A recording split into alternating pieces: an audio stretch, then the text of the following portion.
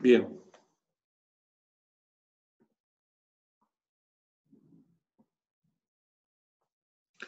Bueno, vamos a seguir con temas de magnetismo que estamos viendo en esta parte de la materia.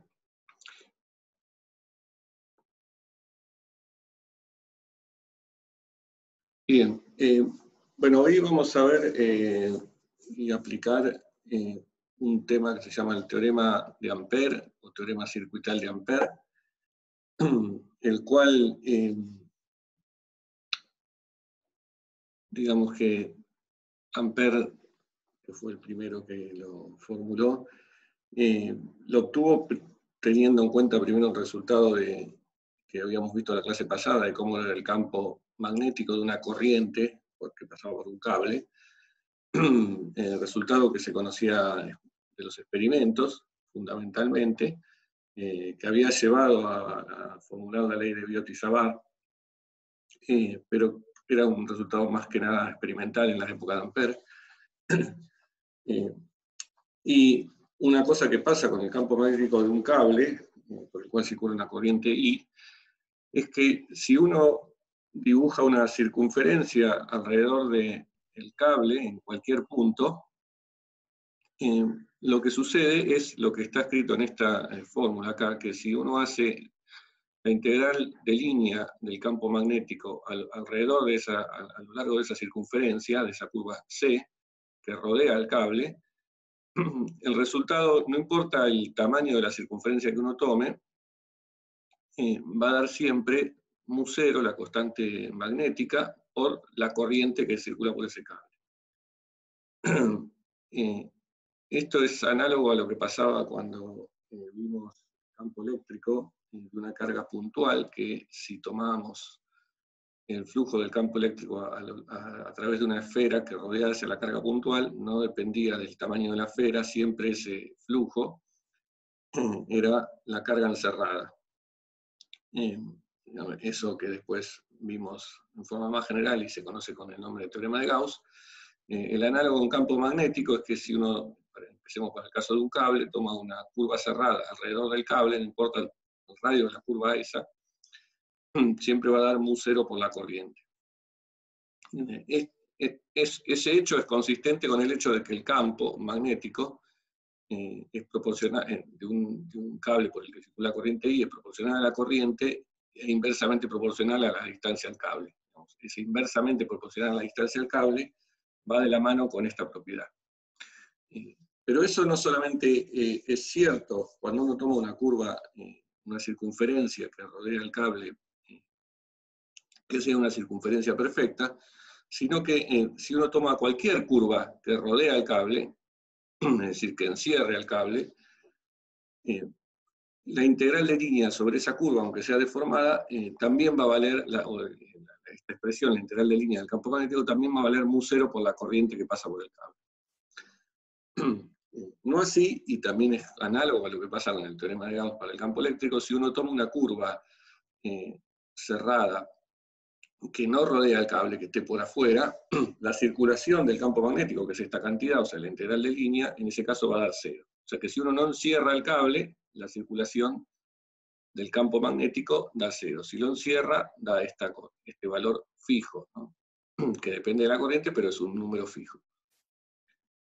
Bien, eso Ampère lo pudo generalizar para cualquier situación, no solamente cuando uno tenía un cable, usando, digamos, para demostrarlo el caso del cable, y eso es lo que se conoce hoy con el nombre de teorema de Ampère, y lo que dice, entonces ahora formulémoslo en su forma más general, que si uno toma cualquier curva cerrada en el espacio, y en ese espacio hay un campo magnético, como en este ejemplo del dibujo que está aquí, tengo un campo magnético en rojo, y tomo una curva cualquiera, si esta curva que yo dibujo, no necesariamente tiene que ser una curva por donde circule corriente alrededor de la curva, o sea, es una curva así como pasaba con la superficie de Gauss en el campo eléctrico, que uno elegía cualquier superficie que quisiera, cerrada.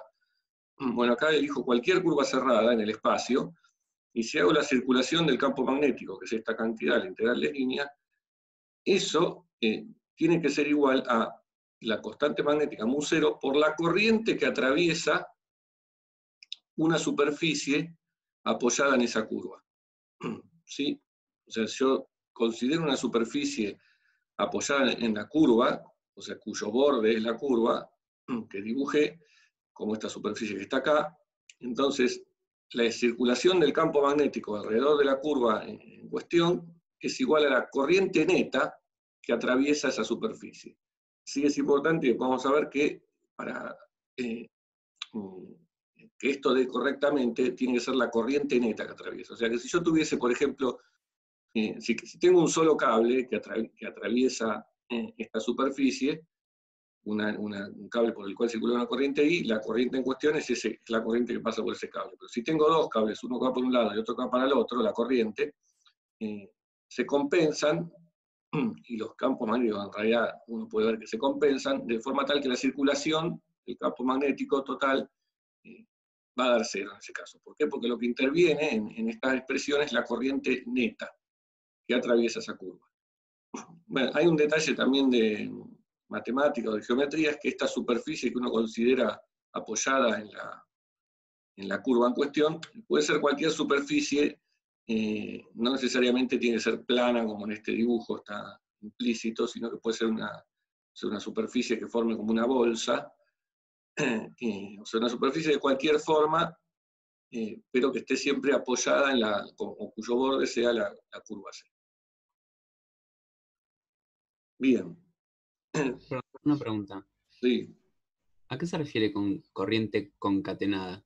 ¿Por qué concatenada?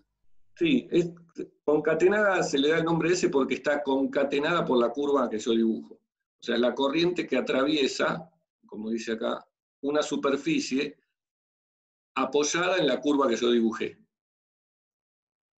¿Sí? O sea, Okay. la superficie está apoyada y la concatenación sale de que es la curva la que concatena la corriente, como en este dibujo. ¿Sí? Y después la otra palabrita que hay que recordar es que es neta la corriente, ¿no? Que lo que importa es, si hay más de un cable de corriente, hay que sumarlos con el signo que corresponde. Acá pregunta, ¿la superficie tiene que ser cerrada también o no necesariamente? No, la superficie justamente no es cerrada, esta superficie apoyada en C es una superficie abierta, tiene un lado, digamos, ¿no? O sea, entendemos por superficie cerrada en el espacio tridimensional a la superficie cuya normal la puedo recorrer y volver al punto, cuando vuelvo al punto donde la recorrí, me vuelvo a encontrar con la misma normal. En este caso, es una superficie con borde. El borde es la curva, pero no es cerrada.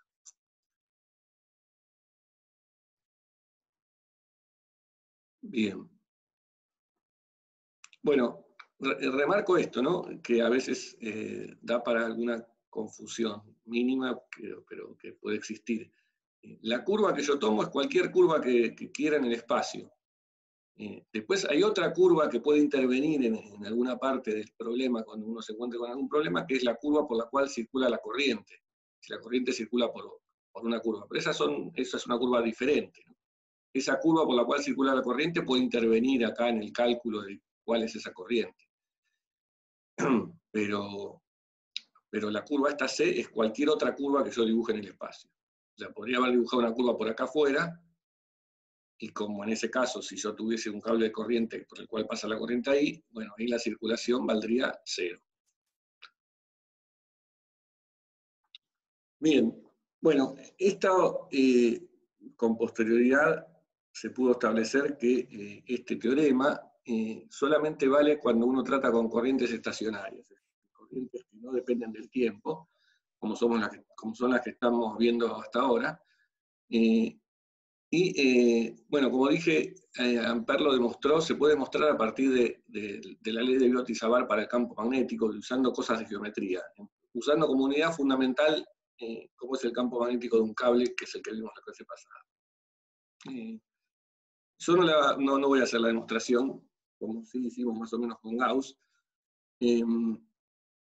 Vamos a ver otra demostración mucho más matemática del asunto, que ahora paso a contar, pero esa demostración más geométrica, La pueden encontrar en algún libro si a alguno le interesa. En particular en el libro de Treyes está más o menos explicada bien, si la quieren mirar. Pero, bien, veamos algo que es un poco más matemático, quizás en algún punto se va de lo que sería este curso, pero bien, no sé, se los voy a contar igual. Si algún detalle matemático no queda claro, no se preocupen tanto, porque como esto lo van a ver después mejor, o más profundo, o con más herramientas en Física Teórica 1. Bien, bueno, para llegar a eso, vamos a ver, así como vimos con el caso de la ley de Gauss,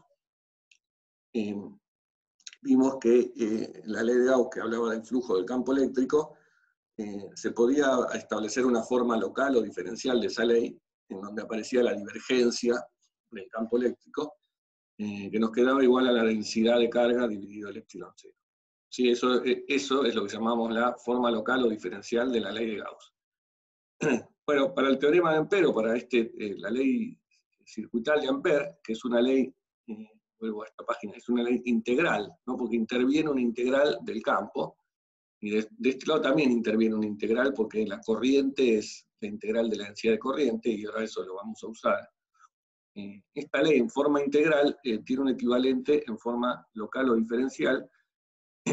Para eso hay que usar el conocido teorema de Stokes, el cual establece que si uno tiene un campo C1, si le calcula la circulación sobre cualquier curva en el espacio a ese campo, eso es igual al rotor del campo, multiplicado por el diferencial de superficie orientada, donde la superficie orientada es una superficie apoyada en la curva C. O sea, una superficie que correspondería, como en el caso de la ley de Ampère, a la que vimos en la superficie para considerar cuál es la corriente que pasa por ahí. O sea que para el caso del campo magnético, esto vamos a suponer que vale el teorema de Stokes.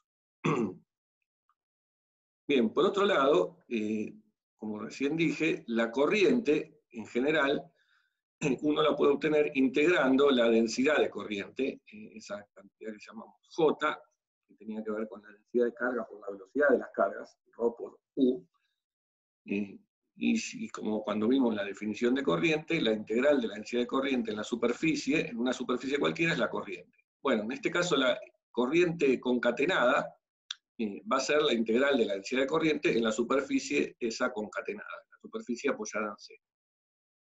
O sea, estas dos cosas son válidas, pero sabemos por la ley de Ampère, o sea, vamos a suponer que la ley de Ampère es válida, sabemos que la circulación del campo magnético es μ0 por I concatenada. Por lo tanto, escribiéndola, en vez de con estas expresiones, escribiéndolas con las expresiones de integrales de superficie, esa misma ley lo que nos dice es que la integral del rotor del campo magnético, integrado por el diferencial de superficie, o sea, esto que está acá, es igual a la integral de la densidad de corriente, y bueno, no hay que olvidarse del μ0, la constante esa de proporcionalidad que hace falta.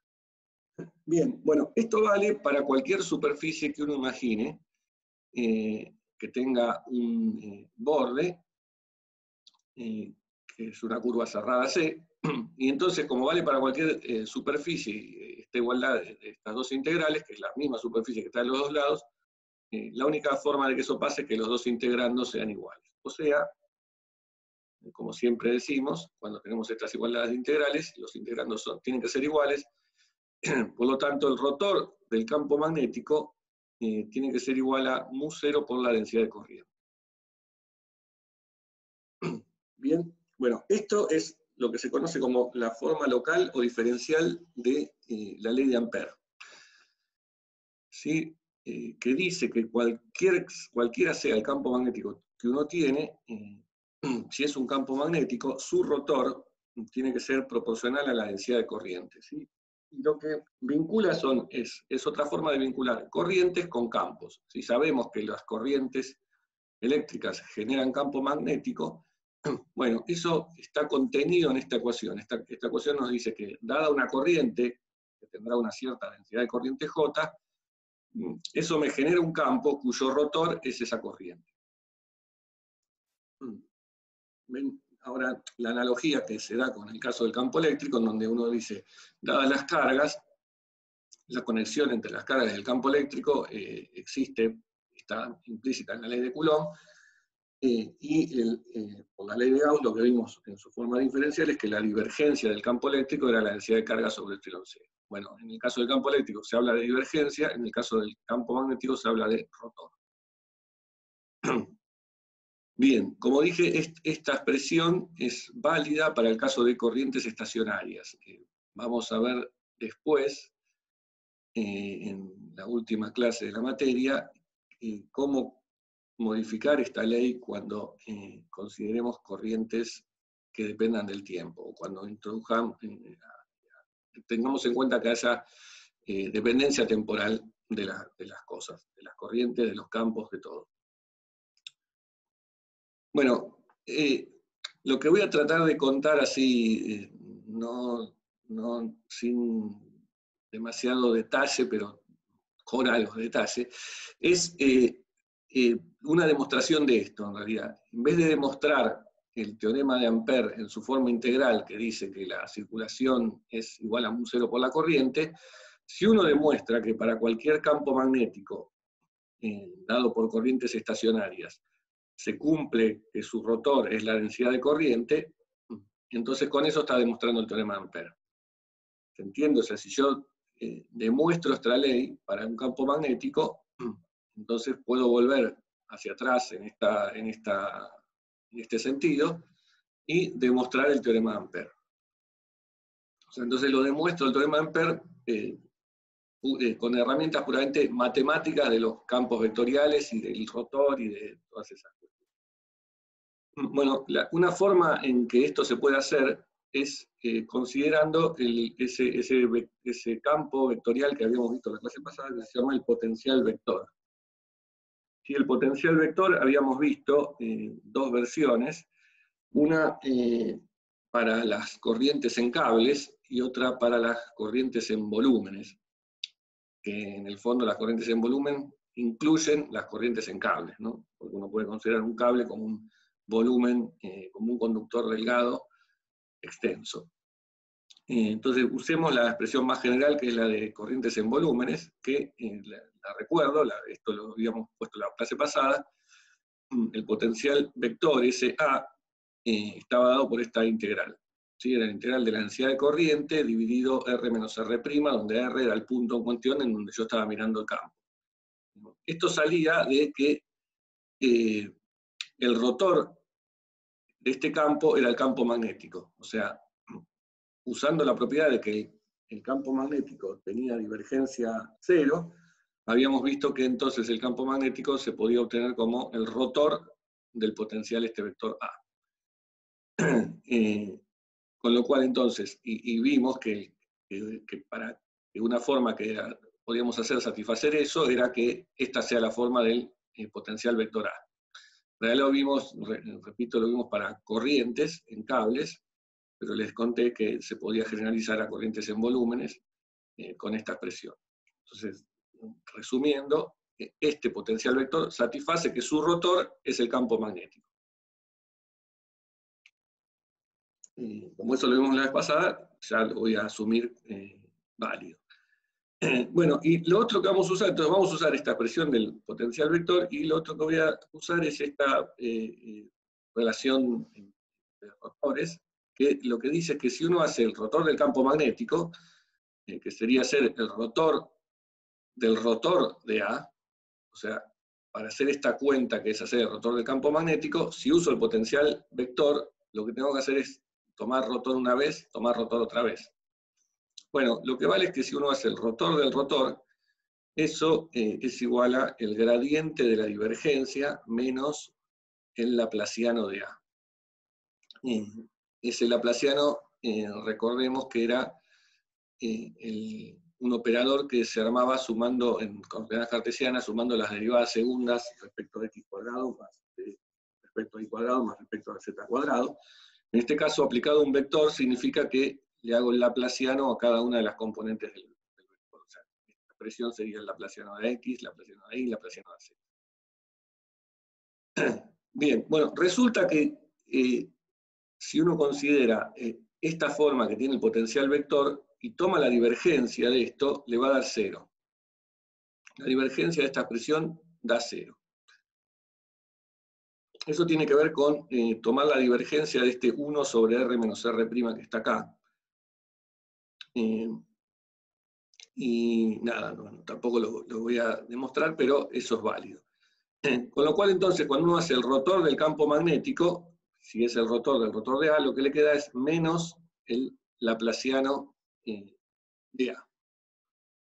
Entonces, usando eso, lo que tengo que hacer para calcular el rotor de B es calcularle el laplaciano a esa expresión que tenía ahí para el potencial vector, y eso es esta cuenta que está acá. O sea, hay que hacer el laplaciano de este 1 sobre r menos r' e integrar todo esto en el volumen B' en cuestión que tenga en el espacio por donde esté circulando esta corriente J de R'. Si esto es muy complicado, como les dije, tómenlo como una cuestión meramente informativa, ¿no? No se rompan la cabeza si la matemática un poco se fue.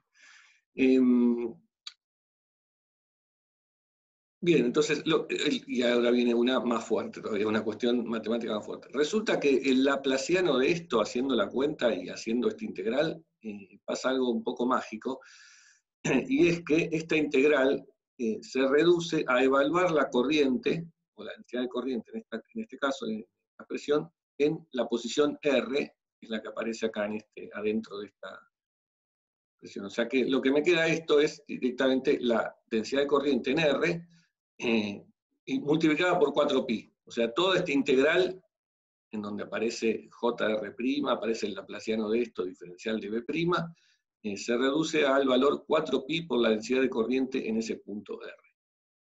Usando el hecho de que esta capa, la constante magnética, que está acá porque este es el potencial vector, esto valía mu0 sobre 4pi, se me cancelan los 4pi, me queda mu0 por J. O sea que con esto quedaría demostrado que el rotor de B es mu0J. Bueno, acá estoy usando ese hecho matemático fuerte que dice que esta integral se reduce al valor de J en la posición R. Eso lo tendría que demostrar, y para eso hay que usar una cosa un poco avanzada, que tiene que ver con una función muy particular, que se llama la delta de Dirac.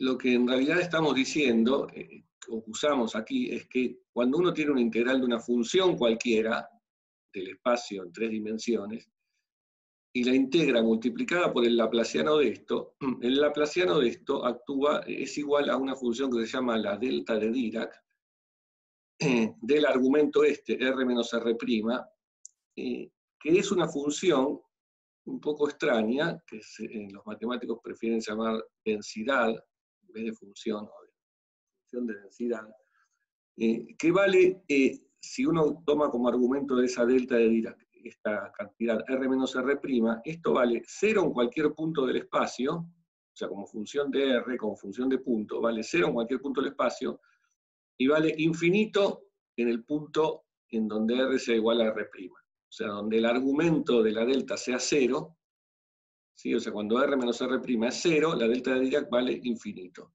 Y para cualquier valor distinto de 0 de su argumento, esa función vale 0.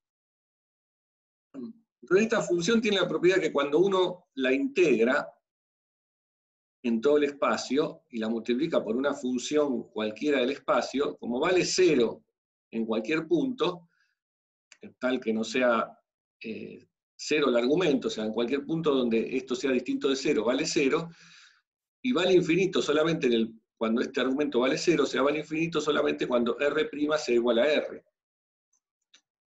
Y en ese caso, como estoy multiplicando infinito por el valor de esta función, y vale 0 en el resto de los puntos, eso lo que me queda es el valor de la función en ese punto. Sí, es una construcción un poco matemática y que tiene todas las propiedades de una función, y lo voy a dejar ahí, y vamos a suponer que esto es así. Estas deltas de Dirac se las van a encontrar con mucha frecuencia, como dije, en física teórica 1, donde ven una primera aproximación a la teoría de campos, genérico. En teoría de campos también, que es una materia optativa que se suele dar en el departamento, también van a toparse con estas deltas todo el tiempo. Bueno, una forma física un poco, o sea, esto es pura matemática, ¿no? Y con eso, digamos, llegamos a demostrar que el rotor del campo magnético es mu0 por la densidad de corriente. Hay alguna forma física de entender eso, o de entender, digamos, la idea esta de que el laplaciano de esta cantidad, de 1 sobre r menos r', es la función esta delta de Dirac. ¿Sí? Eso es básicamente lo que estamos haciendo acá. Y para eso, para usar algo de física, la física es una física que ya vimos, que tiene que ver con la ecuación de Poisson. Si se acuerdan, ¿qué era eso?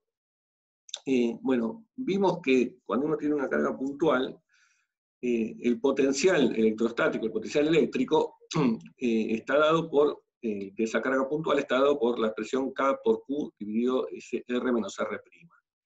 Y también vimos que si uno tiene un potencial eléctrico, el laplaciano del potencial era menos la densidad de carga dividido epsilon 0. Y esto salía de la ley de Gauss. Era combinar el hecho de que la ley de Gauss me dice que la divergencia del campo eléctrico es la densidad sobre epsilon 0, y usando que el campo eléctrico es menos el gradiente del potencial, la divergencia del campo eléctrico me queda el laplaciano del potencial. Entonces la ley de Gauss, escrita en términos del potencial, es lo que se conoce con el nombre de ecuación de Poisson para el potencial, y nos decía que pasaba esto, ¿no? Que el laplaciano de B es menos ρ sobre epsilon 0. Por lo tanto, si yo le tomo el laplaciano a este potencial, que sería tomarle el laplaciano a qué cosa, a este 1 sobre R menos R', ¿no? Porque K y Q son constantes y salen afuera el laplaciano. O sea, sería básicamente hacer el laplaciano de esto, que es lo que me parece ahí. Eso tiene que ser la densidad de carga que me da una carga puntual. Ahora uno puede pensar que, ¿no? Eso, entonces, escrito de esta forma, el laplaciano de esto me tiene que dar la densidad de carga de esta carga puntual. Bueno, la densidad de carga de la carga puntual la podemos pensar, porque si uno tiene una carga puntual es algo que vale 0 la densidad en todo punto fuera donde está la carga, y la densidad vale infinito en el punto donde está la carga, ¿no? Porque es un punto, y si uno tiene en cuenta que la definición de densidad es carga por unidad de volumen, bueno, el punto tiene volumen 0, entonces en ese punto la densidad de carga uno puede pensar que vale infinito. O sea que podríamos pensar como una carga puntual como una densidad de carga que es exactamente una delta de Dirac. ¿Sí? En el argumento R menos R', donde R' es la posición en donde está la carga. ¿Por qué? Porque esa densidad de carga vale 0 en cualquier punto que no sea en donde está la carga, y vale infinito en donde está la carga. Multiplicado pesado eso por el valor de la carga. Entonces el laplaciano de esto, en base a que sabemos que vale la ley de Poisson, lo que me dice es que es la densidad, es la delta de Dirac en ese argumento. Después si tacho las Q's y paso el epsilon 0 al otro lado multiplicando, me queda epsilon 0 por K, es justamente 1 sobre 4pi. ¿No? Porque K es 1 sobre 4pi epsilon 0. O paso mejor el K dividiendo para acá y me queda 4pi acá arriba. O sea que me queda que el laplaciano de 1 sobre R menos R' es 4pi por esa delta de Dirac, que es lo que usé acá. Bien, bueno, y el hecho de que el integral de la delta de Dirac me dé el valor de la función en el punto, es lo mismo que decir que si yo integro la delta de Dirac en este caso, la delta de Dirac de la densidad de carga de una carga puntual, ¿qué es? Es la carga. Entonces, o sea, para eso sirve fijar la idea de que, bueno, no entiendo qué mongo es la delta de Dirac. Bueno, representa la densidad de carga de una carga puntual. Si uno la integra esa densidad de carga, da la carga. O sea que el integral de la densidad de carga, de la delta de Dirac, perdón, es la carga en el punto. Bien. Bueno, muy bien, acá Lucas dice, muy bueno, espero que se haya entendido algo de esto, y si no, quédense con una idea más o menos genérica. Bien, bueno, lo importante de todo esto, más allá de la matemática que hicimos, y de un poco, bueno, esto es un poco creo que más de física, es quedarse con el teorema de Ampère, ¿no? Que es lo que van a necesitar en la práctica, en los ejercicios y en la vida de físicos. El teorema de Ampère entonces lo que dice es que si uno calcula la circulación del campo magnético para cualquier curva cerrada, esa circulación da mu0 por la corriente. Entonces vamos ahora a empezar a aplicarlo en diferentes situaciones. O sea, la idea con esto es que es equivalente a lo que nos pasaba con el campo eléctrico y la ley de Gauss, en el que la ley de Gauss, además de como ley importante de física, nos servía para calcular el campo eléctrico en algunas situaciones con mucha simetría. Sí, que habíamos visto planos, esferas, cilindros y demás, no mucho más, hilos de carga.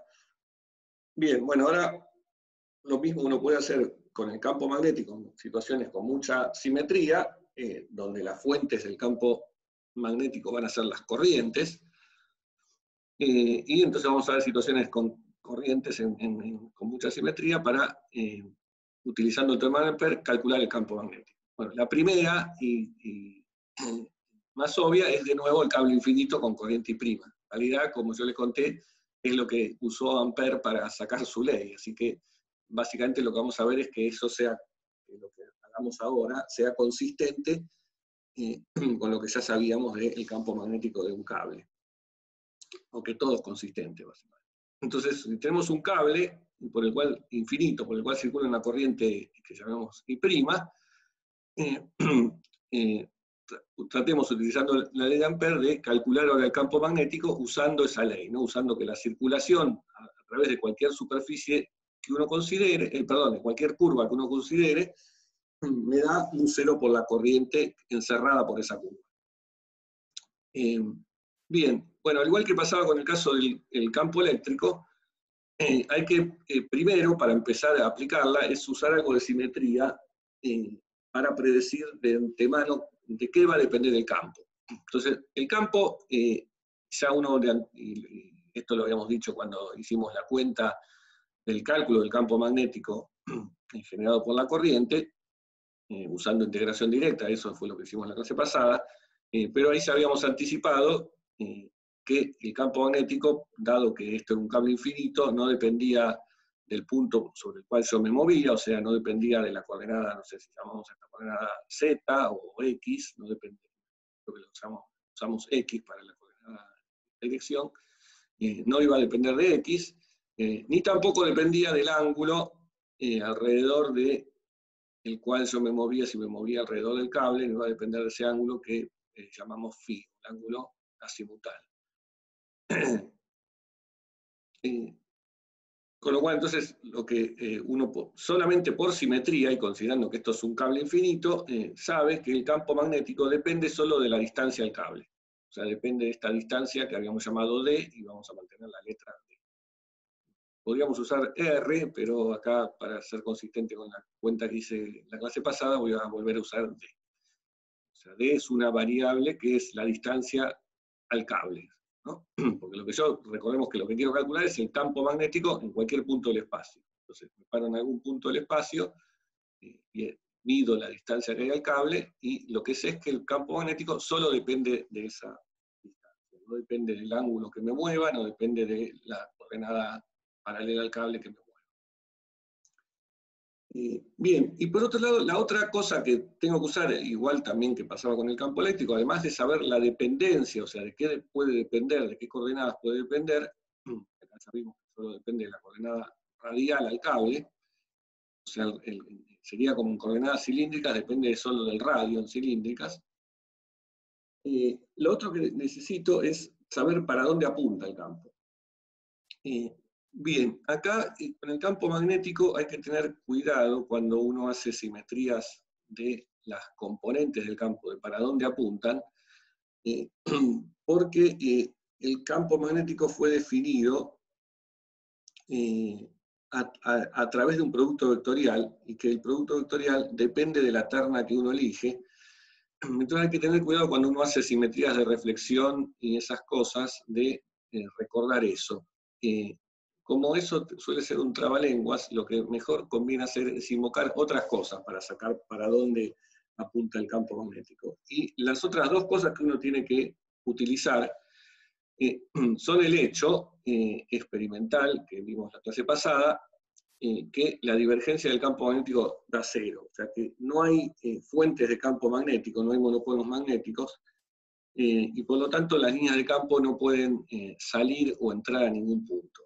Entonces, con eso uno ya puede excluir de antemano que el campo magnético apunte hacia afuera, como en el caso sí sería del campo eléctrico, porque si el campo apuntara hacia afuera, entonces es como que habría un flujo neto de campo magnético en una superficie que uno encierra el cable. O sea, si el campo fuese radial, como es el caso del campo eléctrico, donde ahí sí hay un flujo, en el campo eléctrico de una distribución de carga, digamos, ¿no?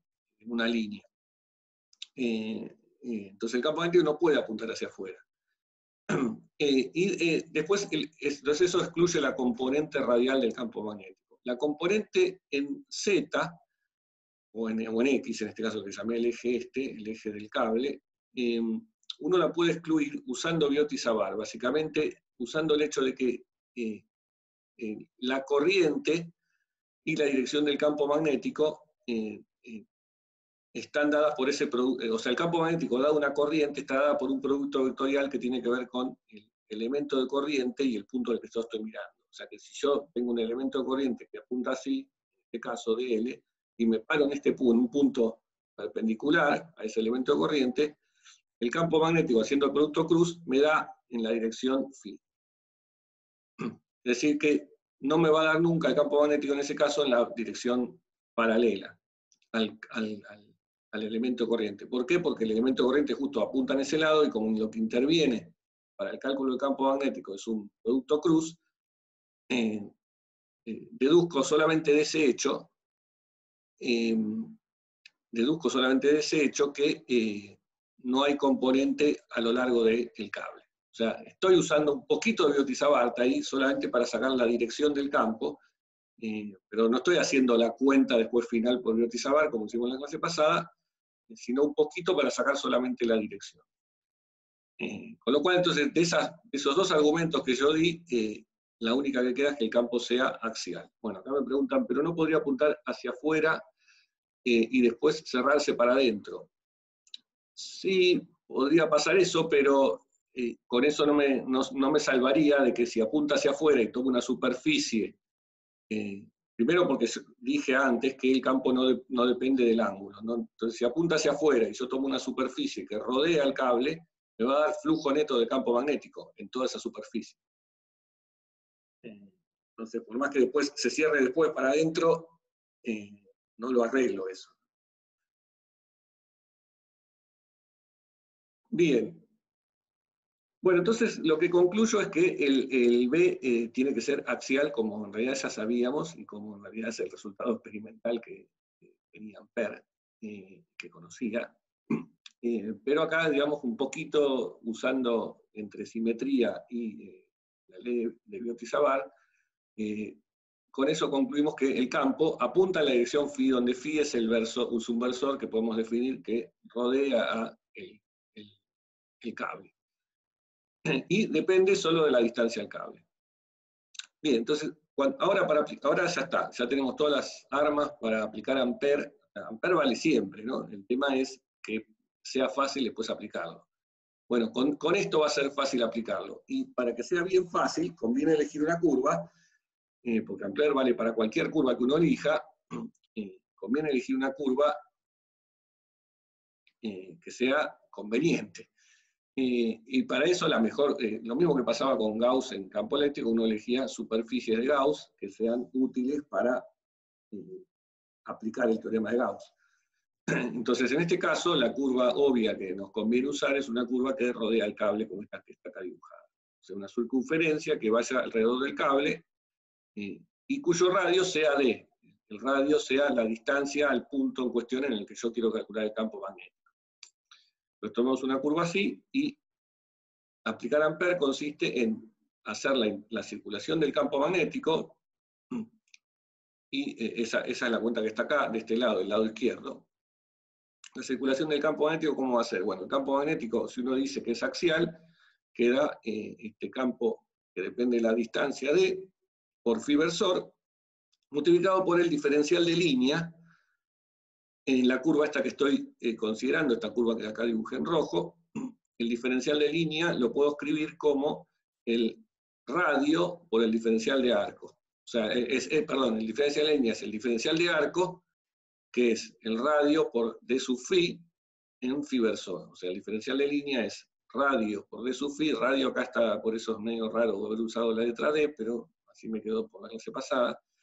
Este sería radio de phi, que es el diferencial de arco, en phi versor. Eso es el diferencial de línea. Bien. Entonces la integral esa es recorriendo todo el ángulo phi, que es, o sea, ha ido desde 0 a 2pi. Me queda acá el producto escalar de phi versor con phi versor, que es A1, y entonces me queda integrar BD por D diferencial de phi. Ahora estoy integrando en phi, y el BD es constante para phi, y D es constante para phi también. Todo eso lo saco afuera, y me queda entonces la integral entre 0 y 2pi de phi, que es 2pi. O sea que el lado izquierdo del teorema de Ampère lo que me dice es que 2pi por D, que es la distancia al punto por el campo en ese punto, bueno, es esa integral. Bien, del lado derecho, ¿qué tengo? Tengo un 0 por la I concatenada, era la I concatenada, era la corriente que atravesaba una superficie que apoya en la curva que dibujé en cuestión. Bueno, en ese caso esta superficie puede ser una superficie plana apoyada en esta curva, y naturalmente la corriente concatenada es simplemente la corriente que pasa por el cable, o sea, I'. O sea que del lado derecho queda sencillo, queda mu0 por I'. De donde uno obtiene el campo, ¿no? Pasa dividiendo 2pi por D, y lo que le queda es que el campo magnético, como función de la distancia al punto que uno está mirando, es mu0 por la corriente dividido 2pi por la distancia. O sea, me queda ese campo magnético inverso, que va inversamente con la distancia al cable, como habíamos obtenido en la clase pasada. Y el carácter vectorial lo tenía antes, se lo doy con este phi versor. O sea que el resultado de haber aplicado Ampère para el caso de un cable infinito es el que ya conocíamos, que el campo magnético es esta expresión que está.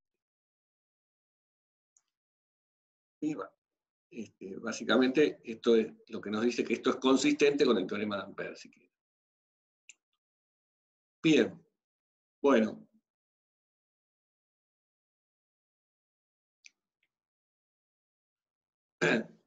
Bueno, siguiente ejemplo que vamos a considerar es el caso de lo que se llama un toroide. O también tiene el nombre de bobina toroidal. ¿Qué es eso? Bueno, un toroide, o un toro también, a veces se llama, es un tubo, como este que está acá, como si fuese una rosquilla, una dona, o un anillo con espesor, para estas cuestiones de corrientes que estamos estudiando, lo que uno hace es envolver o enrollar un cable de cobre, normalmente, alrededor de ese toroide, y dando una serie de número de vueltas, que vamos a llamar n, de cable alrededor de ese toroide. ¿Sí? Por ese cable uno hace circular una corriente que estará alimentada por alguna pila por algún lado más lejos. Idealmente uno piensa este sistema como un enrollamiento de este conductor o de este cable. ¿Sí? Esas bobinas existen en los circuitos eléctricos, y esta sería una imagen de una de esas bobinas con un arrollamiento muy compacto, que es lo que uno normalmente hace, y que es lo que quiere lograr, es este arrollamiento muy compacto, ¿no? O sea, el objetivo cuando uno hace una de estas bobinas es tratar de que este N sea lo más grande posible, que haya miles de vueltas de cable alrededor de ese toroide. Bueno, además, normalmente, pero todavía no lo vamos a considerar, uno le puede poner adentro de ese bobinado, o usa como, digamos, objeto para enrollar un hierro, un interior de hierro, ¿no? Digamos, un núcleo, esa es la palabra, un núcleo de hierro. ¿Sí? Se podría hacer con un plástico, también se puede, pero no es lo que se hace. Normalmente se usan núcleos de hierro. Estas cosas se usan después en los transformadores eléctricos, y todos esos bobinados tienen utilidad práctica. Vamos a ver después, cuando veamos corriente alterna, cuál es la utilidad que tienen en la práctica en distintos casos y en algunos circuitos típicos. Pero bueno, por ahora lo que queremos hacer es calcular el campo magnético que produce esta distribución de corriente. Esto es básicamente una corriente que está circulando de esta forma, enrollada en ese toro. Bien.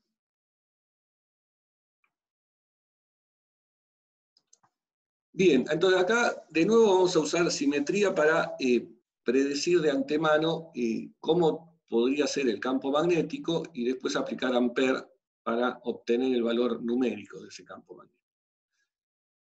Entonces lo que voy a juntar son tres cuestiones. Una es simetría, otra es Biot-Savart, como siempre, que nos dice para dónde apunta el campo dada una corriente, y el campo de una espira. El campo de una espira es el campo magnético que vimos en la clase pasada. Una espira habíamos visto que era una curva cerrada, habíamos visto la cuenta para el campo magnético de una espira circular,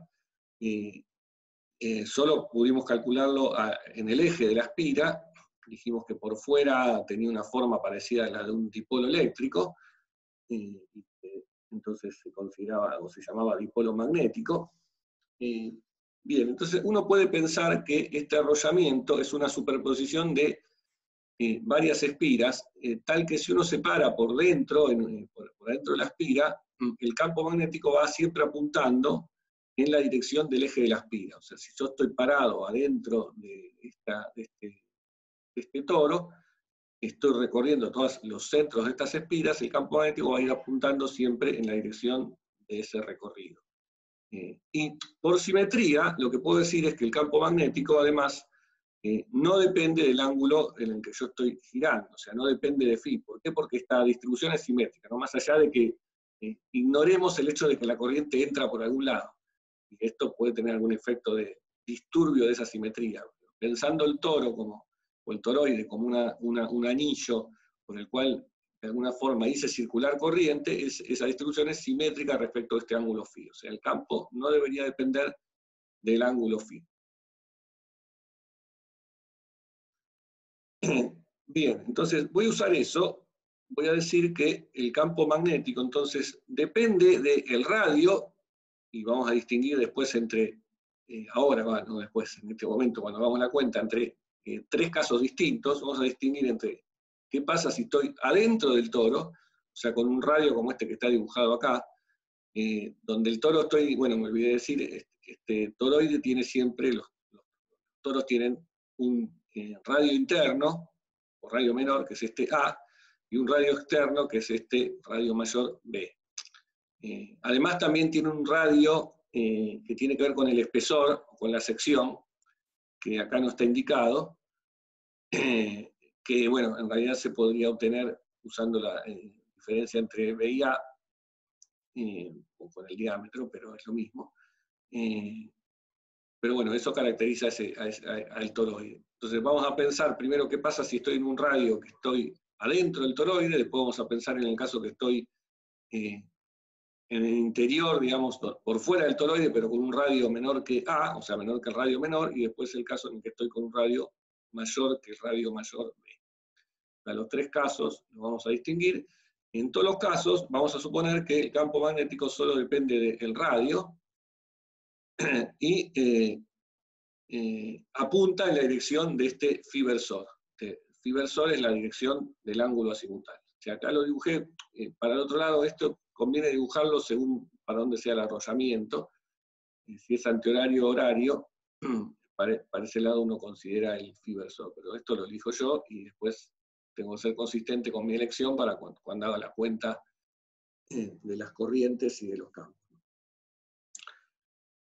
Entonces, apliquemos Ampère tomando, considerando primero el caso en donde el radio está entre A y B, y tomemos una curva C, que acá está indicada, que es esta curva punteada recorriendo el interior del toroide. Esta curva supongamos que tiene un cierto radio R, y entonces hagamos el cálculo de cuánto vale la circulación del campo magnético en esa curva, en esa circunferencia. De nuevo elijo como curva de Ampère una curva sencilla para hacer la cuenta. Entonces tengo que hacer la circulación del campo magnético. El campo magnético dije ya que apunta en la dirección phi, depende solo del radio, y el diferencial de línea en esa curva lo puedo escribir como R diferencial phi, o sea, el diferencial de arco apuntando en la dirección phi también. Con lo cual, entonces de nuevo me queda como pasaba antes en el Ampère cuando para un cable, me queda que phi por fibersor vale 1, me queda la integral de BR R de phi, todo el integrando no depende del ángulo ese phi, lo puedo sacar afuera del integral y me queda 2pi por RBR. O sea, acá Ampère para esto quedó otra vez muy sencillo y es 2pi por el radio por el campo magnético para ese radio. Bien, bueno, veamos qué pasa con el lado derecho de Ampère, en donde lo que tenemos que hacer es la corriente neta concatenada por una superficie apoyada en la curva C que yo dibujé. Entonces, de nuevo, acá está el dibujo de la curva C, es esta curva que estaría acá en azul, que tiene radio R, y esto que está indicado acá en este esquema son las corrientes, la corriente que entra y sale, que tiene que ver con el arrollamiento ¿no? Fíjense, la corriente acá está dibujada, sale de la pantalla hacia nosotros por el radio mayor y entra por el radio menor. O sea, la corriente circula así, en este caso, circula en sentido horario. ¿Sí? O sea, la corriente circula en cada una de las espiras que conforman esto, la corriente está circulando en sentido horario. O sea, si yo la miro desde arriba, digamos, en cada una de las espiras, la corriente está circulando así. Si después el arrollamiento, como en este caso este dibujo, depende para dónde va, si va para este lado,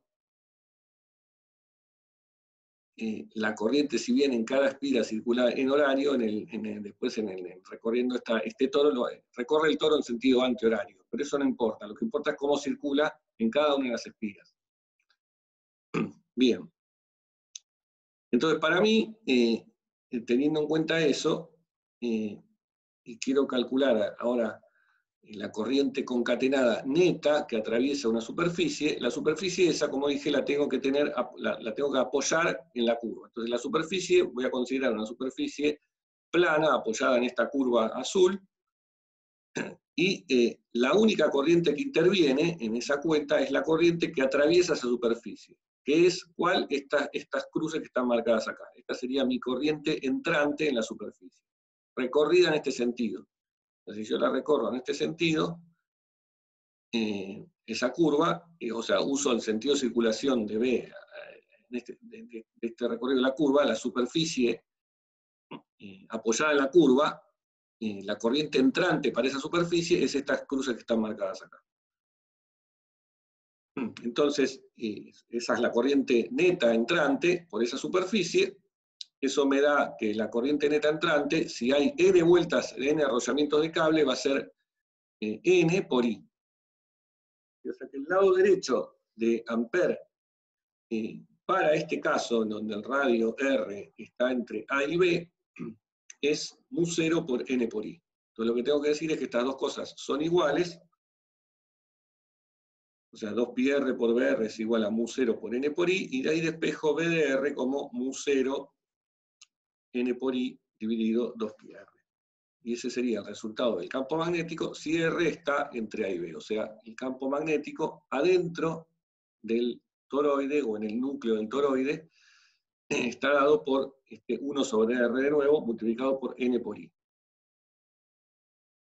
Y fíjense que el campo se incrementa cuanto más grande es N, el número de vueltas, de arrollamientos. Por eso yo les dije que uno lo que trata siempre de hacer para crear campos magnéticos grandes es arrollar esto muchas veces, o sea, muchas vueltas de cable, o sea que con un solo cable, por el cual circula una corriente I, que es una corriente, no sé, normal de 10, 100 amperes, bueno, 100 ya es mucho, pero 1 o 10 amperes, con mucho arrollamiento de cable puedo lograr un campo muy intenso. Bien. Bien, bueno, uno normalmente, este es un resultado, esto dependería del radio R, siempre que esté R entre A y B. Lo que normalmente se dice o se aproxima el valor del campo magnético adentro del toroide por el radio medio que hay entre A y B, que sería A más B sobre 2, o R grande, si lo llamamos así, a ese radio medio, y entonces esto queda como un valor fijo. El campo magnético adentro de un solenoide va a tener que ver con el número de vueltas dividido el radio. Bien. Bueno, ¿qué pasa ahora? Dejémoslo ahí por ahora ese resultado, y ese resultado que una primera cosa que queríamos obtener, ¿no? El campo magnético adentro del toro. Bueno, ¿qué pasa si estoy por fuera ahora del toro? Por fuera lo voy a distinguir entre dos casos. Si estoy adentro, digamos, por fuera, pero en el interior, o sea, con un radio R menor que A, y por fuera con un radio R mayor que B. Bien, si estoy con un radio R menor que A, tomamos ahora una circunferencia para aplicar Ampere, que tenga ese radio R, cuyo valor R menor que A. Entonces, tomamos Ampere de nuevo para hacer eso, la circulación queda igual. O sea, la cuenta de la integral del campo magnético a lo largo de la curva esta es igual que lo de antes, porque lo único que estoy usando es que el campo magnético depende de R, apunta en phi, todo eso lo habíamos sacado antes por la simetría, y este es el diferencial de línea, o sea que esto me vuelve a dar 2πr por br. Lo que cambia, para aplicar Ampere, es que la corriente concatenada ahora en una superficie que está apoyada en esta curva, que está en azul, en una superficie que está por acá no hay ninguna corriente, por esa superficie no pasa corriente. Si la corriente pasa por el otro lado, pasa por acá, pero esas no están metidas adentro de la superficie que yo dibujé. O sea que ahí Ampere me dice que I concatenada es 0, tengo que decir eso, y entonces lo que me dice Ampere es que esto es igual a 0, o sea, 2πr por br es igual a 0, o sea que la única que queda es que el campo magnético allí valga 0. Si el campo magnético en el interior vale 0. Bueno, y veamos finalmente qué pasa si tomo una curva cuyo radio sea mayor que B, o sea, mayor que el radio mayor del toroide. Bien, esta es la curva que está acá dibujada en azul. De nuevo tengo que hacer la circulación del campo magnético en esa curva, y de nuevo esa circulación queda igual.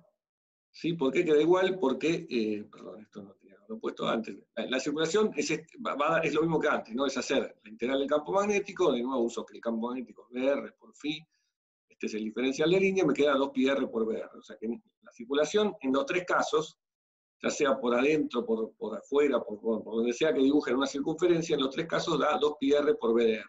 Lo que cambia en cada uno de los casos es la corriente neta concatenada. Bueno, pero fíjense que lo que pasa acá con la corriente neta concatenada es la corriente neta que atraviesa una superficie apoyada en esta curva que está en azul ahora. Y acá sí hay corriente involucrada porque está corriente, pero lo que sucede es que hay tanta corriente que sale como corriente que entra. ¿Sí? O sea que en este caso, si yo calculo la corriente neta, me va a dar 0. O sea que no hay corriente neta concatenada porque hay tantos cables que salen como cables que entran. O sea, los campos magnéticos del cable que sale con el cable que entra se compensan. De forma tal que la corriente neta total es 0, y entonces según Ampère, vuelve a ocurrir que el campo magnético vale 0, como en este otro caso. O sea, es 2πr por Br me da 0, la I concatenada 0, y entonces el campo magnético vale 0 también si estoy afuera del cable. O sea, en resumen, entonces, en base a usar Ampère y algunas consideraciones geométricas, lo que sacamos es que el campo magnético de un toroide es solamente distinto de 0 adentro del toroide, como acá está dibujado, y 0 en cualquier punto por fuera.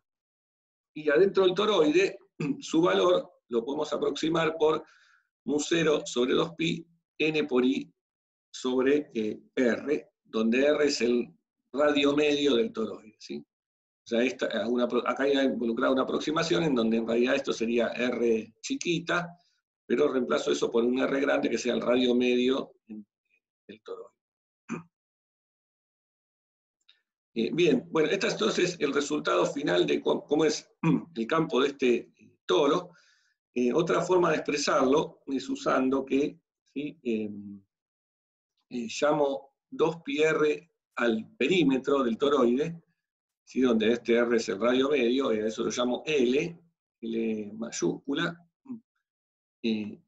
Entonces, esta cantidad n sobre L, llamo a n sobre L, que me aparece acá justo, es n sobre 2πr, porque justo acá me quedó un 2pi, o sea que 2πr es el largo, es la longitud, el perímetro. N sobre L es lo que se llama la densidad de líneas. O sea, el número de líneas, el número de vueltas del cable por unidad de longitud.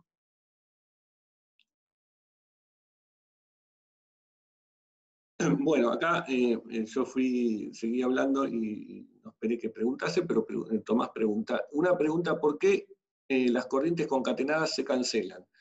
Porque no veo que les da el signo si no son vectores. No, las corrientes no son vectores, pero sí tienen signo. Son escalares, es una escalar la corriente, pero tiene signo porque tiene que ver con para dónde atraviesan las cargas una superficie. Y si yo tengo una superficie que tiene un lado y otro, y defino un lado, o sea, hacia la derecha o hacia arriba positivo y hacia abajo negativo, la corriente tiene signo, y en ese caso, en el caso de recién, hay corrientes de un signo y de otro. O sea, mirando la superficie que yo dibujé, tenía corrientes que atravesaban la superficie desde abajo hacia arriba y otras que atravesaban la superficie desde arriba hacia abajo. Y son dos signos distintos, y por eso, como interviene la corriente neta en el teorema de Ampère, por eso la suma da 0, y la corriente neta es 0. Bien, entonces como decía, otra forma de expresar el campo magnético es usando la densidad de líneas del cable, o sea, el número de vueltas por unidad de longitud, en cuyo caso la fórmula queda directamente mu0 por la densidad de líneas por la corriente. O sea, el campo magnético va a ser tanto más intenso cuanto más densidad de líneas tenga ese envoltorio.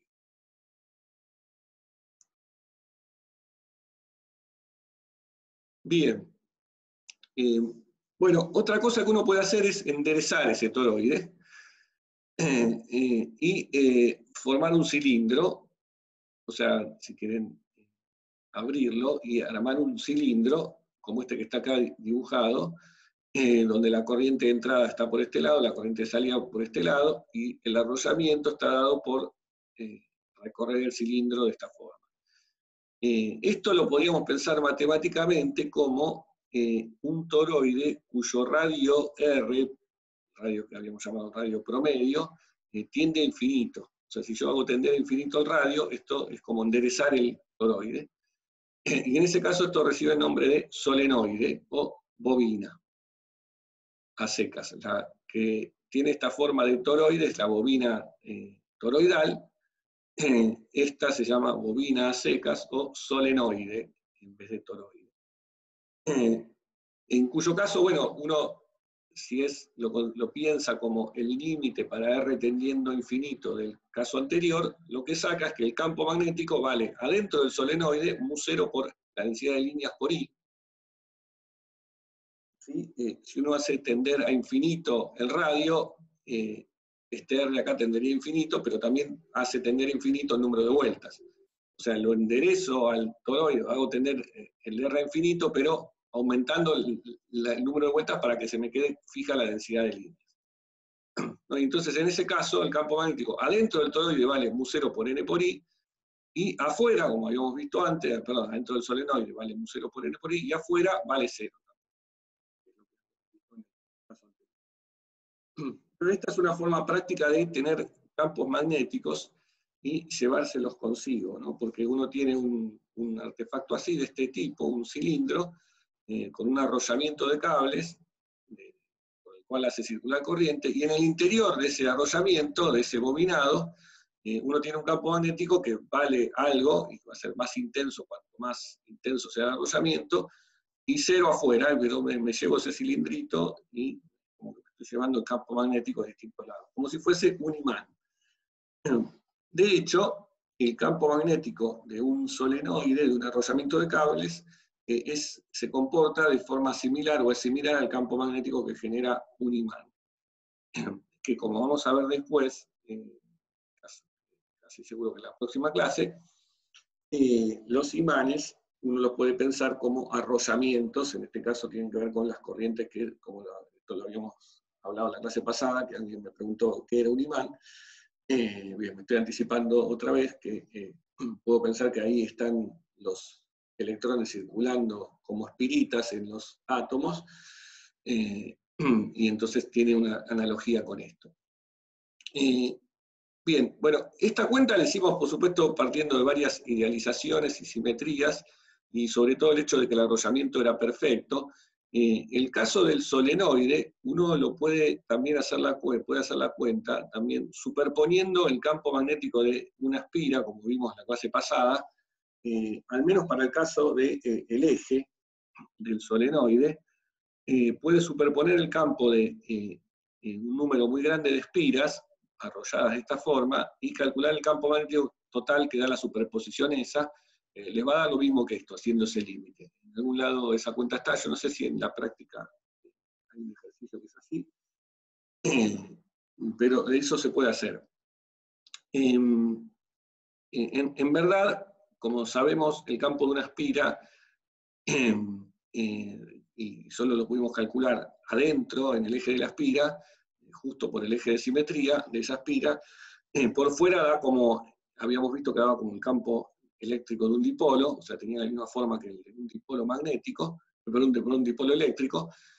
Entonces, cuando uno considera una superposición de espiras, si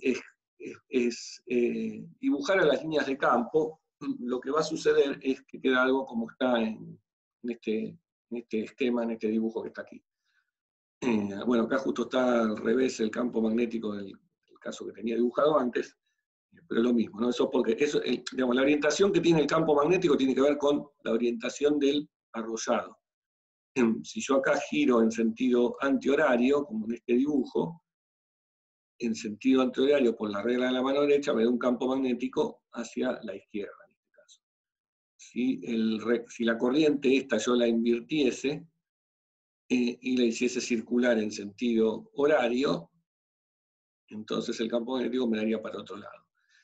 Y la línea de campo lo que me dan es casi un campo bastante uniforme acá adentro, es igual a mu por la densidad de líneas por I, que sería la aproximación esta del caso de un solenoide infinitamente largo, o sea, eso de hacer tender R a infinito coincide con pensar que el solenoide es muy largo, aunque es más largo que ancho, o sea que el largo del solenoide es más grande que el radio interno.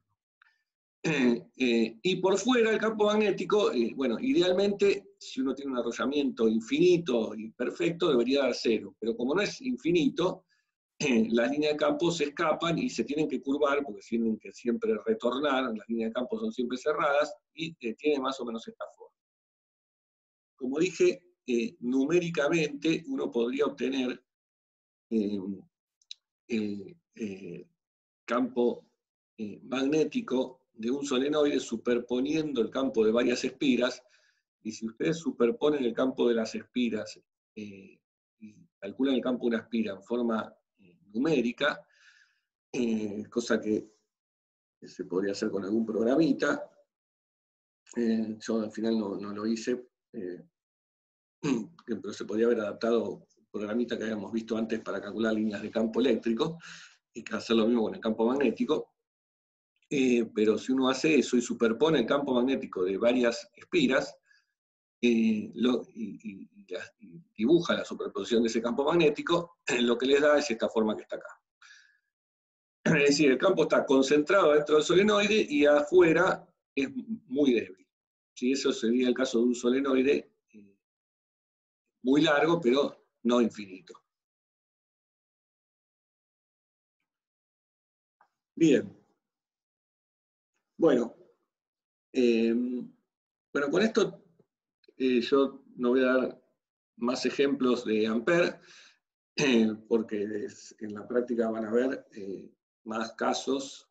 Uno típico que se ve es el campo generado por una corriente en un cilindro, esa corriente recorriendo el cilindro a lo largo de su eje, o sea, en dirección Z sería, en cilíndricas, y algunos otros ejemplos más de usar Ampère para distribuciones más o menos simétricas de corriente, que como dije, las voy a dejar para que las vean en las clases prácticas, y nos quedamos en la teórica con estos dos ejemplos, digamos, canónicos. Bien.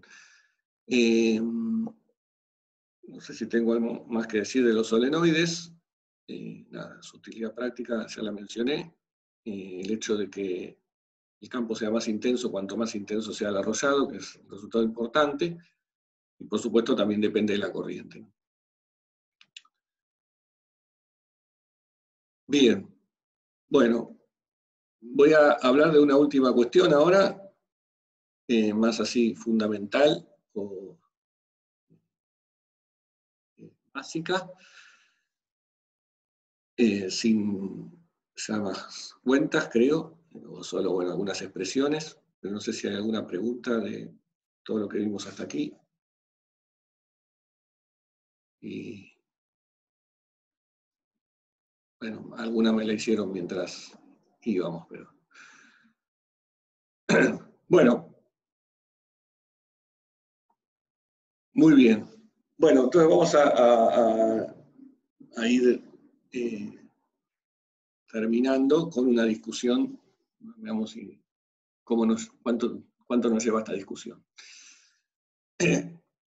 Bien, bueno, lo que vimos hasta aquí es, juntando todo lo que vimos de electrostática y magnetostática,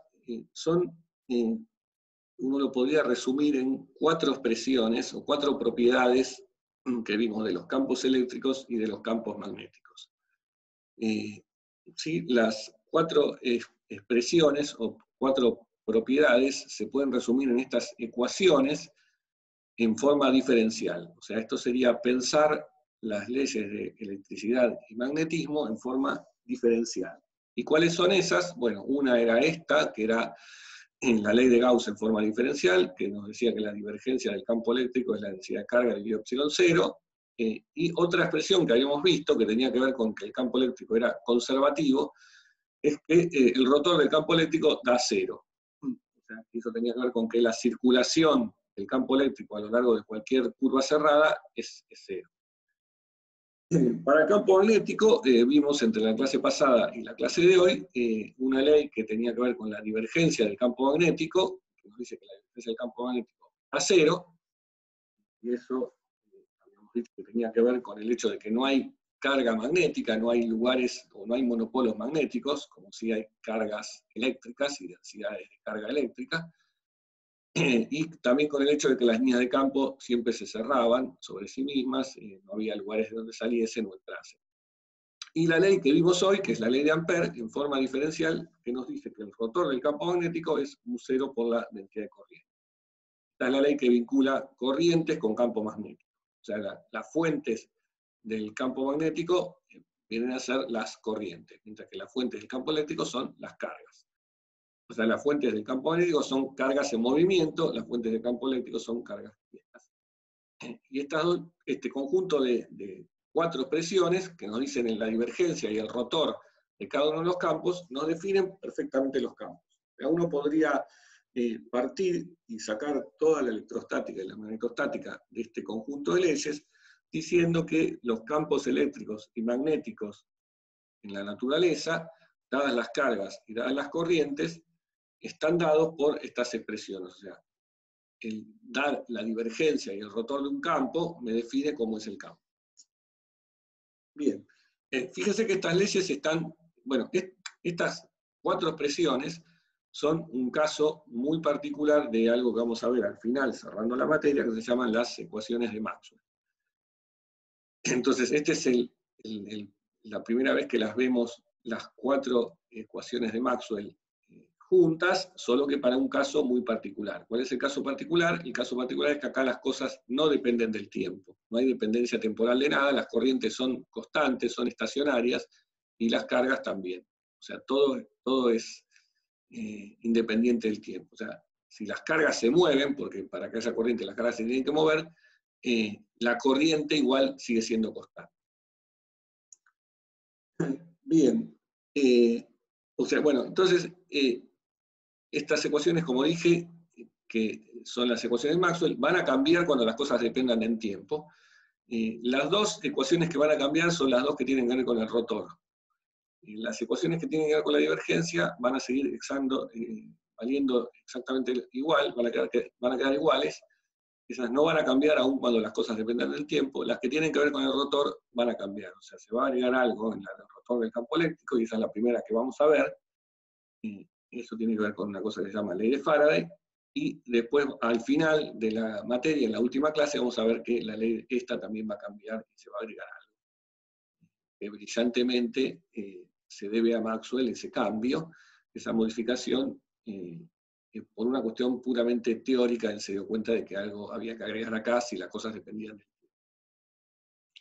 Lo dejo en suspenso para el final, para que se quede hasta el final de la materia.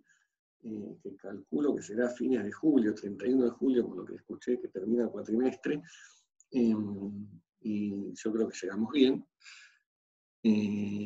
con todos los temas, sin serruchar demasiado.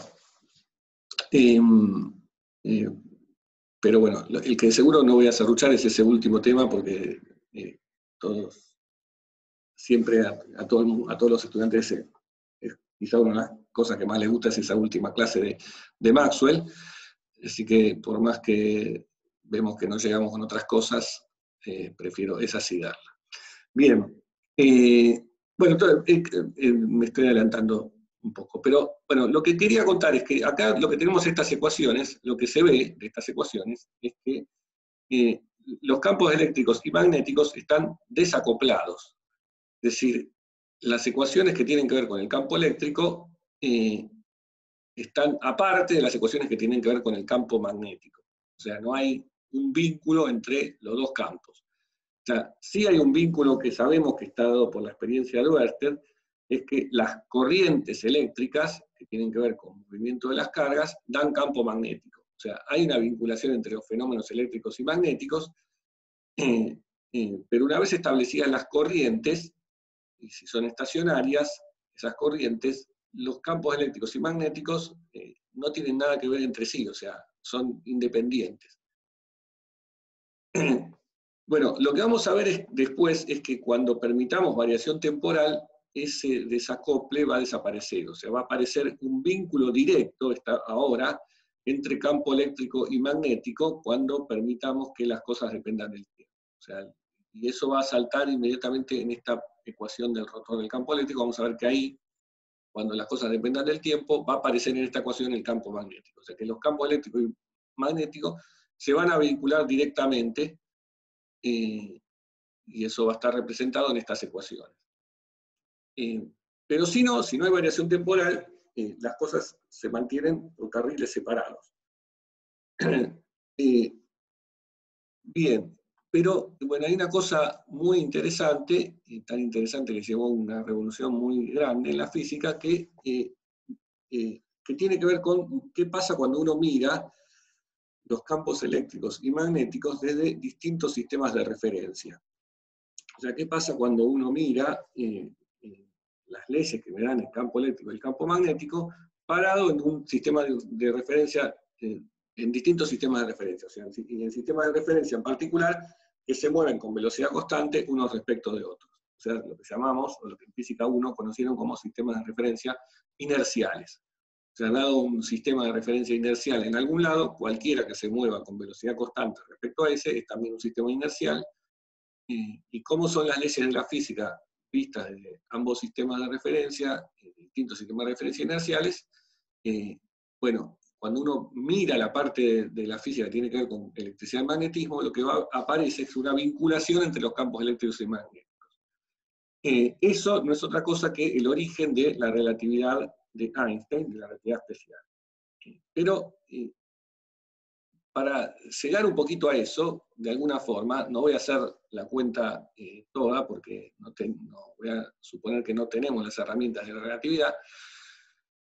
Quiero sí mencionar una paradoja que aparece, o que aparecería, si uno se queda con la física no relativista. Y la paradoja tiene que ver con algo que capaz que, que seguramente cuando empezamos a ver campo magnético, no se nos ocurrió pensar que podría haber alguna cosa rara, y entonces veamos una cosa rara que puede pasar. Cuando veamos las cosas de distintos sistemas de referencia. Entonces pensemos en un ejemplo que se conoce como nombre paradoja del cable. Pensemos en un ejemplo que es una corriente que circula por un cable infinito y que sabemos que esa corriente me genera un campo magnético, ¿sí?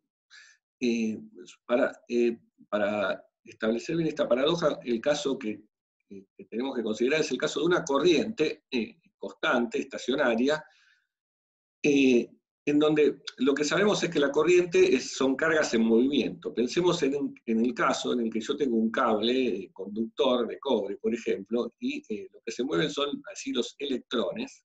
Tengo una densidad de carga electrónica que se mueve. En este caso, si la corriente es hacia la derecha, los electrones, recordemos que se están moviendo hacia la izquierda. O sea que acá dentro del cable yo tengo electrones que se mueven, pero acordémonos que en un cable también uno tenía iones que formaban una red cristalina, iones positivos, y esos iones estaban quietos. Pero, entonces, ¿qué pasaba? Uno tenía electrones que se movían hacia la izquierda, los iones estaban quietos, y si uno miraba la densidad de carga de los electrones, había una densidad de carga neta de electrones en cualquier punto del cable. Pero si miraba también la densidad de carga de los iones, la densidad de carga de los iones era exactamente igual a la de los electrones. O sea, lo que quiero decir es, en un cable por el cual circula una corriente, la densidad de carga neta es cero. O sea, uno puede tener corriente aún con densidad de carga neta cero. Eso es lo que quiero decir. O sea, puede haber corriente que está dada por electrones moviéndose, en este caso, hacia la izquierda, pero si tengo iones positivos cargados, también la densidad de carga neta en cualquier pedacito del volumen del cable es cero. Con eso lo que quiero decir es que, desde el punto de vista eléctrico, una corriente no genera campo eléctrico. El campo eléctrico es el que en todo caso generó esa corriente, ¿no? Tiene que haber un campo eléctrico en algún lado que me genere esa corriente, por ejemplo una pila en alguna parte. Pero la corriente en sí, si yo tengo cargas positivas y negativas, no hay carga neta, o sea que acá no hay campo eléctrico. Pero lo que sí hay, dada una corriente, vimos que hay campo magnético. Experimentalmente se observó eso, viendo que las agujas imantadas se movían ante la presencia de esta corriente, y con todo lo que vimos antes sabemos que hay un campo magnético que se enrolla alrededor del cable. Bien, bueno, entonces, mirado así, tengo un cable por el que circula corriente, hay campo magnético, no hay campo eléctrico. ¿Qué pasa con una carga que tengo que se mueve con velocidad v paralela al cable? ¿Sí? Si yo tengo una carga moviéndose con una velocidad v paralela al cable,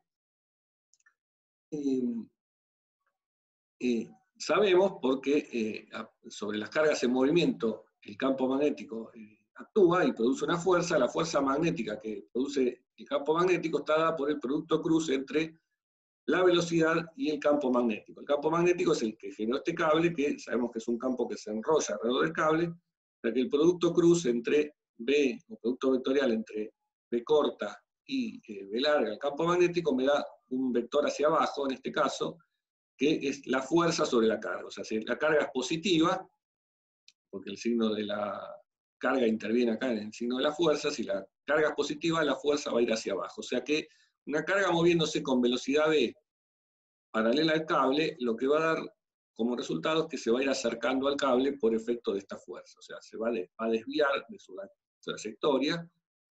O sea, supongamos que tengo una carga que viene con velocidad constante, prendo una corriente, lo que va a hacer eso es desviar la trayectoria de la carga y acercarse la carga hacia el cable. Va a sentir una fuerza y se va a desviar. La fuerza es exclusivamente magnética, ¿sí? Porque dijimos ya que el cable no genera campo eléctrico, porque la carga neta adentro del cable es cero, o sea que no hay campo eléctrico, sí hay campo magnético y eso pasa. Bien. Bueno, todo eso está dicho ahí. Bueno, ¿qué pasa ahora si yo me paro en un sistema de referencia inercial? O sea, esto era visto de un sistema de referencia en donde yo estoy quieto y veo una carga que se mueve con velocidad v, y también veo esta corriente, ¿no? ¿Qué pasa si ahora me paro en un sistema que se mueva con la velocidad v con la que se mueve la carga? Sí, o sea, me paro en un sistema de referencia que se mueve con velocidad v respecto al sistema al que estaba antes, que era el sistema que yo estaba quieto y veía la carga moverse. Bien, en ese sistema de referencia, si yo me muevo con la velocidad de la carga va a tener velocidad cero. ¿Sí? O sea, en ese sistema de referencia mi carga no se está moviendo porque yo me estoy moviendo junto con ella, entonces yo no la veo moverse. Entonces, como la velocidad es cero, ¿qué pasa con la fuerza magnética? Si hay algún campo magnético, yo no sé si hay o no hay, pero si hay algún campo magnético, que supongo que sí lo hay porque ahí hay una corriente, la fuerza que va a haber sobre la carga va a ser cero porque la velocidad de la carga es cero, o sea, no hay fuerza magnética. Es decir, entonces, lo que pasaría visto desde ese sistema es que la carga no siente ninguna fuerza.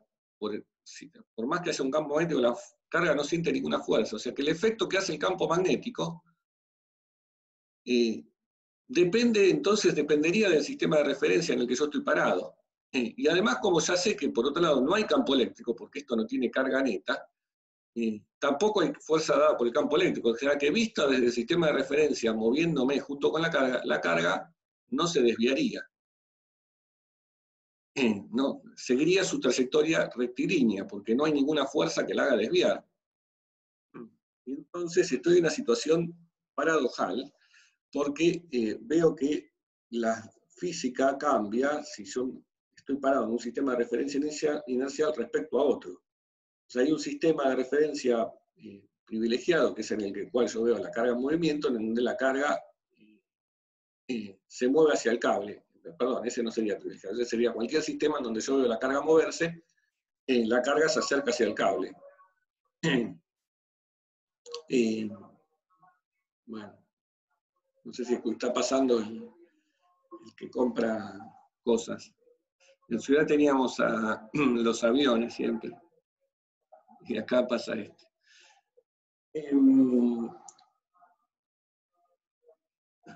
Bueno, se escucha bien, dice Tomás.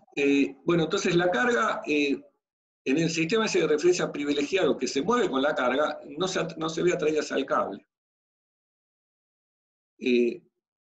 Bien, bueno, resulta, entonces acá estoy entre una paradoja o una situación que me molesta. en un sistema de referencia, tengo como un sistema de referencia en el cual las cosas son distintas que en otros. Y son sistemas de referencia inerciales. Bien, esto a Einstein le molestaba muchísimo más. Esta y otras inconsistencias que le encontró, en realidad las inconsistencias que él encontró tenían que ver con inconsistencias que aparecían cuando uno insistía en pensar las cosas desde el punto de vista que se conocía hasta ese momento, respecto de la equivalencia entre sistemas de referencia inerciales y cómo pasar a describir las posiciones y el tiempo visto desde dos sistemas de referencia inerciales. Si uno insistía en mantener lo que el sentido común hasta ese momento dictaba, había inconsistencias con las leyes de la electricidad y el magnetismo, o con las ecuaciones de Maxwell. Pero Einstein estaba muy convencido de que las leyes de Maxwell eran lo que estaba bien, y tanta fue su insistencia en eso que decidió que lo que estaba mal era nuestra intuición sobre cómo cambiar de un sistema de referencia inercial a otro, y gracias a ese quiebre, digamos, en la manera de pensar de las cosas, fue que dio origen a su teoría de la relatividad especial, que tiene que ver con cómo cambiar las descripción o cómo son las leyes de transformación de un sistema de referencia inercial a otro, si uno quiere que las leyes de la física sean exactamente iguales, o sean, como se dice, covariantes en la jerga de la relatividad especial, respecto de cualquier sistema de referencia inercial. O sea, tengan la misma forma en todos los sistemas de referencia, y eso fundamentalmente él lo hizo tratando de que las leyes del electromagnetismo sean covariantes. Entonces, de ahí salió la relatividad especial, y de hecho el trabajo, el paper de 1905, el famoso trabajo donde él formula esa teoría, no se llamaba teoría de la relatividad especial, sino que se llamaba acerca de la electrodinámica de los cuerpos móviles. O sea que el trabajo tenía que ver con esto que vimos recién, con el movimiento de cargas, los campos eléctricos y magnéticos que afectaban esas cargas. Entonces, resulta que para resolver la paradoja esta y para obtener que la carga también se desvía en un sistema de referencia que se mueva con la carga, hay que usar relatividad especial, y la clave está en usar una consecuencia, digamos, de la teoría de la relatividad especial y las leyes de transformación entre sistemas de referencia inercial, que tiene que ver con la contracción de las longitudes. Resulta que cuando uno tiene en cuenta ese efecto, en el cable ese que vimos antes, por un efecto de contracción de longitudes, va a pasar que la densidad de carga, ¿se acuerdan que yo les dije que en el cable visto en el sistema de referencia quieto, la densidad de carga de los electrones era igual a la densidad de carga de los iones, o sea que la carga neta era cero y no había campo eléctrico? Bueno, resulta que cuando yo tenga en cuenta que me estoy moviendo con una cierta velocidad y vea el cable moverse, porque si yo me muevo y el cable estaba quieto, en el sistema de referencia donde antes estaba quieto, si yo me muevo voy a ver el cable moverse, y ese cable va a cambiar su longitud, y por la contracción de longitudes me va a dar que la densidad de carga de los electrones es distinta a la de los iones, y entonces me va a dar una carga neta. O sea que lo que va a pasar es que me va a aparecer un campo eléctrico en ese sistema de referencia, donde antes no lo había. Entonces la cosa fundamental o básica de ahí atrás es que desde el punto de vista de la relatividad especial, el campo eléctrico y el campo magnético son parte del mismo campo, es el campo electromagnético, y no son dos cosas distintas, son lo mismo, pero depende en qué sistema de referencia estoy para que pueda ser un caso, como en el caso del ejemplo anterior, que en un caso sea pura y exclusivamente campo magnético, en otro puede ser campo magnético y campo eléctrico, o en otro incluso puede ser solo campo eléctrico. El mismo fenómeno descrito desde sistemas de referencia inerciales diferentes.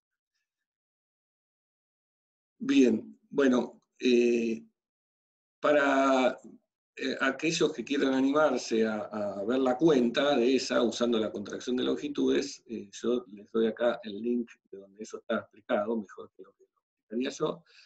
Es en el libro de Feynman, el volumen 2, en el capítulo 13, una de las secciones de ese capítulo, explica el tema de la contracción de cómo calcular los campos teniendo en cuenta esto.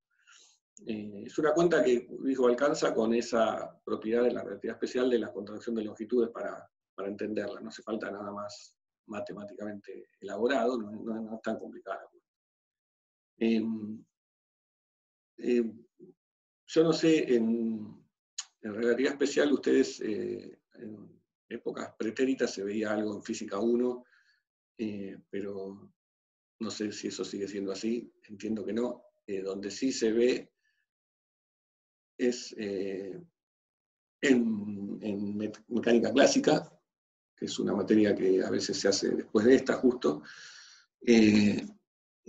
aunque, bueno, no todas las cursadas se da relatividad especial en mecánica clásica, pero en general sería bueno que así sea, que se dé, porque si no después termina pasando que no se da en ninguna parte de la carrera. Bueno, después en otro momento de la carrera donde usan y ven relatividad especial es en física teórica 1,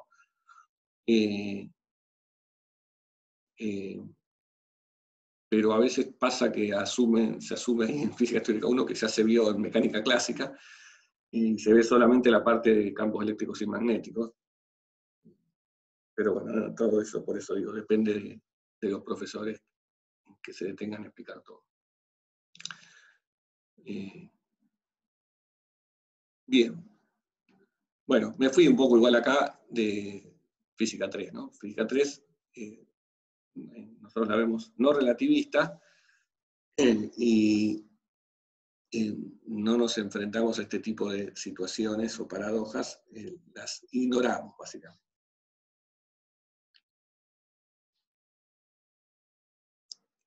Muy bien.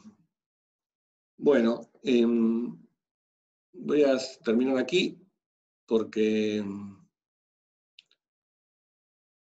lo que sigue en contar es, está bueno verlo completo, lo vamos a ver el jueves, donde vamos a hablar de el campo magnético visto desde distancias muy alejadas de las corrientes, o sea, la expansión multipolar del campo magnético, ese sería el título de lo que sigue, y ahí vamos a ver algo del campo magnético terrestre, donde les voy a contar cosas así, digamos, informativas sobre el campo magnético de la Tierra, que tiene que ver con eso.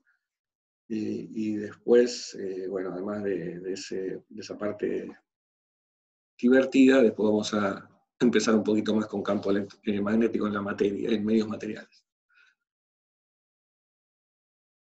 Pero bien, prefiero arrancar con ese tema de expansión del campo magnético en multipolar en la clase próxima.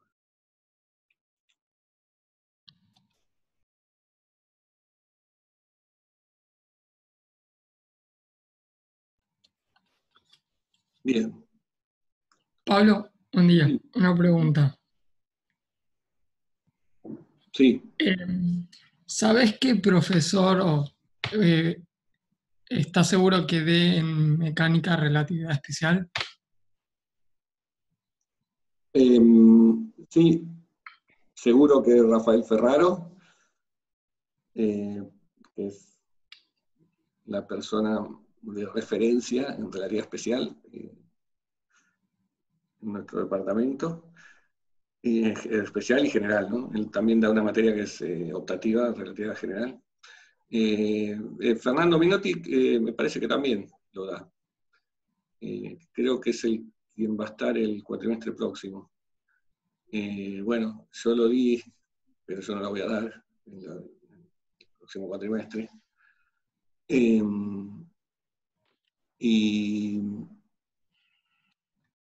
Y Después no sé los demás, que si lo incluyen o no. Creo que Daniel Gómez también, ahora que recuerdo. O sea, casi todos, sí. Pero ahora, sí, no sé, en alguna época algunos profesores por ahí no lo daban. Por ejemplo, creo que Hernán Solari prefería dar más cosas de sistemas dinámicos y caos, y no sé, me parece que no daba relativa especial. Hernán Solari, no sé si Gabriel Mindel, si alguna vez mecánica clásica, creo que hacía algo parecido. Pero no sé, ahora estoy hablando